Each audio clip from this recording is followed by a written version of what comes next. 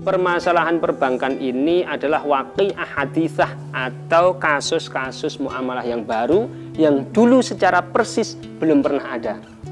Secara substansial mungkin ada jual beli dan semisalnya. Kemudian faktanya ulama berbeda pendapat, maka dipersilahkan untuk memilih ulama yang membolehkan atau yang mengharamkan. Yang paling penting, dan ini menurut saya keliru, adalah kampanye anti bank. Langsung diklaim semuanya riba, kemudian mengingkari pendapat ulama yang memperbolehkan. Nah, ini keliru dalam berkampanye, keliru dalam menjalankan prinsip-prinsip amar ma'ruf nahi mungkar. Lagi bersama kami dalam Kiswah Sore Kajian Islam Ahlussunnah wal Jamaah, dan masih bersama dengan Ustadz Ahmad Muntaha yang membahas seputar fikih perbankan.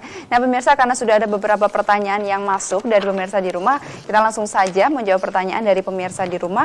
Yang pertama adalah pertanyaan mengenai bagaimana apabila menyimpan uang di salah satu bank konvensional, misalnya depositokan, misalnya ada bunga atau jasa, maka bunga atau jasa tersebut tidak dikonsumsi tapi dibuat beli peralatan. Nah, bagaimana hukumnya? Kita langsung saja tanyakan kepada narasumber kita, Ustadz Ahmad Muntaha. Bagaimana, Ustadz?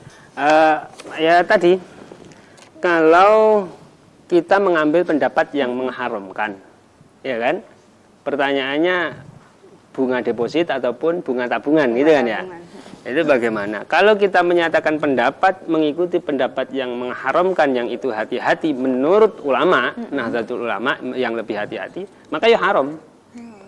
Konsekuensinya bagaimana kalau kita mengambil pendapat yang haram, uangnya gitu kan ya? Maka diambil saja tidak apa-apa, tapi tidak dimakan, tapi ditasarufkan, dibelanjakan pada kebaikan, pada sektor-sektor sosial lah, umpamanya untuk membantu orang dan semisalnya, untuk bantu kerja bakti dan semisalnya, kerja bakti di kampung umpamanya. Itu yang demikian. Ini ada cerita unik. Allahu yarham Kiai Haji Ahmad Idris Marzuki, beliau pengasuh pondok pesantren Nirboyo Kediri. Punya uang kan di bank, Kiai, punya uang di bank banyak, kemudian punya murid yang kinasih karena khidmahnya, karena pelayanannya terhadap pesantren, terhadap ilmu, termasuk juga karena ketekunannya dan kepakarannya dalam fikih, khususnya dalam keilmuan Islam, studi Islam khususnya fikih, yaitu yang saya hormati Kiai Haji Azizi Hasbullah, pondok pesantren Baran Blitar, yang sekarang kebetulan jadi tim ahli Bahsul Masail PBNU. Kemarin saya ketemu di Jogja ketika bareng itu, Mbah Idris atau Kiai Idris bilang begini sama Kiai Azizi, "Iki saya punya uang di bank, ada bunganya. Ini diambil apa enggak?" Padahal sudah ada keputusan, tapi Kiai itu selalu hati-hati, bahkan tanya muridnya yang beliau percayai. Pendet mawon Kiai, itu ambil saja Kiai. Loh, kenapa? Jawabnya Kiai Azizi, lah nanti kalau tidak diambil oleh jenengan, nanti ya diambil oleh pegawai bank, gitu guraunya, guraunya diambil oleh pegawai bank. Kalau diambil oleh jenengan bisa mentasarufkannya pada sektor-sektor sosial, untuk bantu santri, untuk bantu dan semisalnya, tidak dimakan sendiri. Karena itu jawaban semacam itu yang disampaikan Kiai Azizi terhadap gurunya, terhadap kiainya, yaitu Kiai Haji Ahmad Idris Marzuki, Allah yarham. Itu pola pikirnya pakai pola pikir yang lebih hati-hati, yaitu yang mengharamkan, diambil tapi ditasarufkan kepada sektor-sektor sosial. Tapi kalau kok kita berpijak pada pendapat yang membolehkan, maka ya boleh diambil sebagaimana biasanya, kemudian kemudian dia bisa mentasarufkan untuk beli mobil, untuk beli macam-macam lah nanti sesuai dengan kebutuhannya. Prinsipnya yang ingin saya sampaikan adalah dari pendapat ulama yang membolehkan yang disampaikan oleh Syekh Profesor Dr. Ali Jum'ah, mufti Syafi'iyah dari Mesir. Beliau menyatakan bahwa ada beberapa prinsip dalam kita menyikapi riba itu. Ada yang pertama prinsip dalam menyikapi khilafiyahnya dalam permasalahan bunga bank itu, yang pertama adalah kita sepakat Kalau ulama semuanya sepakat menyatakan haram, maka itu kita ingkari. Kalau ulama berbeda pendapat, ulama ahli sunnah wal jamaah berbeda pendapat, maka kita tidak boleh mengingkari orang yang berbeda pendapat dengan kita. Kemudian berikutnya yang kedua, lebih baik memang keluar kalau ada yang mengharamkan, ada yang membolehkan, maka kita pilih lebih baik pilih yang haram karena menghindari dari pendapat keharaman itu. Kan tidak harus kalau yang boleh kan boleh tidak harus dilakukan. Kalau haram kan harus dihindari. Itu yang kedua.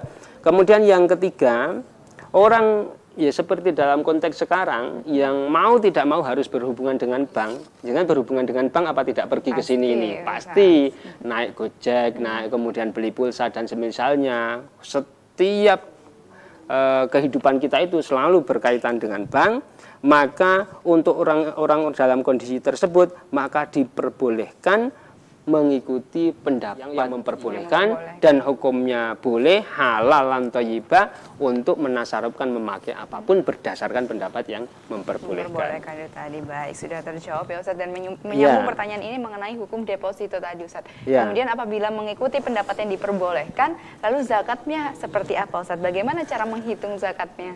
Ya, terkait zakatnya maka nanti kita kembali kepada zakat uang itu.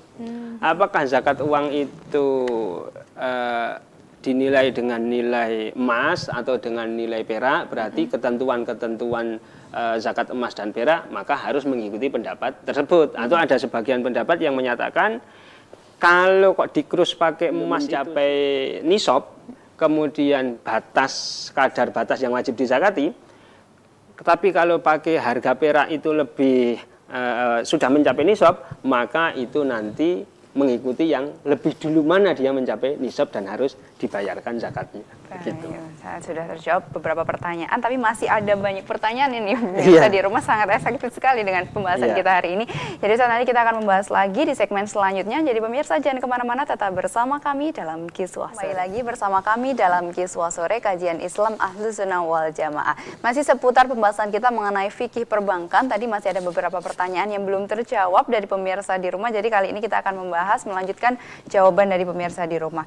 Nah, pertanyaan selanjutnya nih Ustadz, apabila uang yang disimpan di bank tapi hanya ditabung biasa dan diambil seperlunya, apakah perlu dikeluarkan zakatnya? Bagaimana Ustadz? Ya, perlu dikeluarkan zakatnya dengan syarat mencapai satu nisab, kemudian mencapai haul atau satu tahun. Tinggal kurusnya nanti berapa, mudah itulah dicari, dihitung.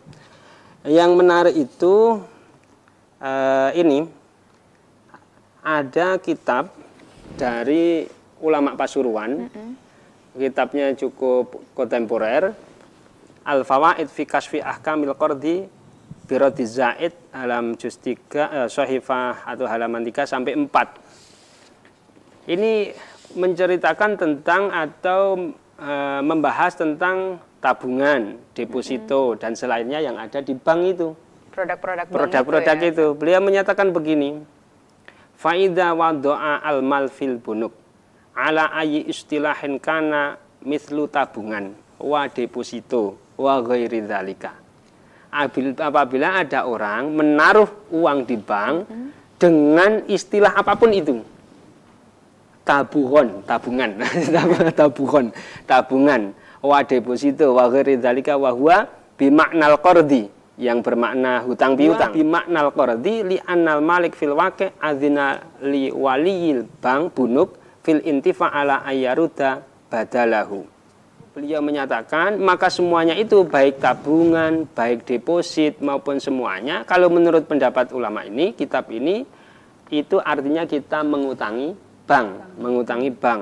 Li annal malik fil waqi', kenyataannya malik atau pemilik atau kita yang menabung nasabah itu mengizinkan uang itu silahkan digunakan untuk apa oleh bank, yang penting nanti nominalnya saya ambil kembali ayaruda bimisli, sesuai dengan yang ditabungkan tadi. Nah, berdasarkan pendapat ini, sejauh yang saya pahami ini nanti arahnya kepada yang haram, yang membolehkan itu.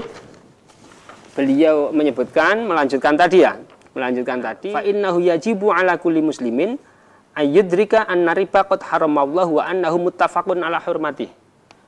Umat Islam itu harus tegas, harus yakin betul bahwa setiap muslim bahwa riba itu benar-benar diharamkan oleh Allah. Wa ahallallahu al-bai'a wa harrama riba. Allah telah menghalalkan jual beli dan mengharamkan riba. Wa annahu muttafaqun ala hurmatih. Ittifaq ulama sepakat riba itu tidak ada yang halal. Itu kan ya. Tapi masih banyak nih. Wa yajibu alaihi ayyudrika anna amalal bunuk ukhtulifa fi taswiriha wa kayfiyat wa takyifiha wal hukmu 'alaiha wal ifta' bi sya'niha. Akan tetapi setiap muslim juga harus memahami secara sadar bahwa produk-produk perbankan atau layanan jasa keuangan dalam perbankan itu dipermasalahkan sejak dulu, diperselisihkan cara memahaminya, analisisnya, kemudian bagaimana menghukuminya, bagaimana memfatwakan produk-produk perbankan. Itu fakta terjadi perbedaan pendapat di antara ulama, tidak boleh dikesampingkan.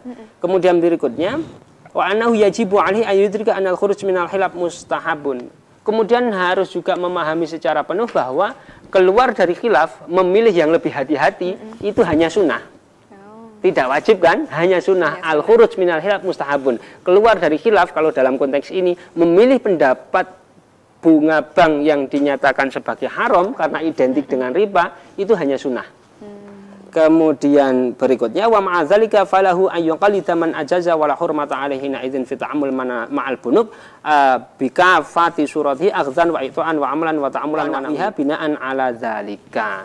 Oleh karena itu dia setiap muslim, karena ini memang faktanya khilaf, keluar dari pendapat yang khilaf itu adalah sunnah dan semisalnya, maka dia juga boleh mengikuti ulama yang memperbolehkan wala hurmata alaihi dan tidak ada keharaman kalau mengikuti pendapat ulama yang membolehkan al-bunuk dalam muamalah atau berhubungan dengan bank, baik itu menyimpan, deposit, mengambil dan semisalnya dari setiap produk-produk perbankan yang disediakan untuk nasabah. Kesimpulannya, menurut pendapat ini diperbolehkan. Perbankan ini ternyata memang ada beberapa pendapat yang tidak semua mengharamkan ya, Ustaz. Mungkin bisa diberikan kesimpulan dari pembahasan kita pada sore hari ini, Ustaz. Sebelum kesimpulan ada tadi pertanyaan juga yang belum terjawab, bagaimana bekerja di bank. Bagaimana bekerja di bank itu prinsipnya adalah bagaimana kita berhubungan bisnis dengan orang yang mayoritas uangnya haram. Umpamanya diandekan uangnya bank itu banyak yang haram kan gitu. Maka hukumnya adalah makruh.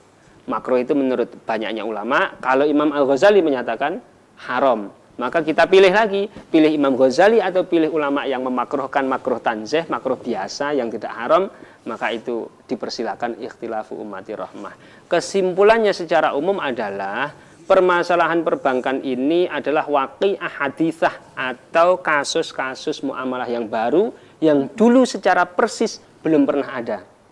Secara substansial mungkin ada jual beli dan semisalnya, akan jual beli, riba dan semisalnya, akan tapi secara persis ini belum pernah terjadi. Kemudian faktanya ulama berbeda pendapat, maka dipersilahkan untuk memilih ulama yang membolehkan atau yang mengharamkan. Yang paling penting dan ini menurut saya keliru adalah kampanye anti bank, langsung diklaim semuanya riba, kemudian mengingkari pendapat ulama yang memperbolehkan. Nah ini keliru dalam berkampanye, keliru dalam menjalankan prinsip-prinsip amar ma'ruf nahi mungkar. Baik, saya terima kasih atas ilmu yang diberikan hari ini, memberikan pandangan yang baru kepada pemirsa di rumah bahwa ternyata ada beberapa pendapat yang berbeda di kalangan ulama.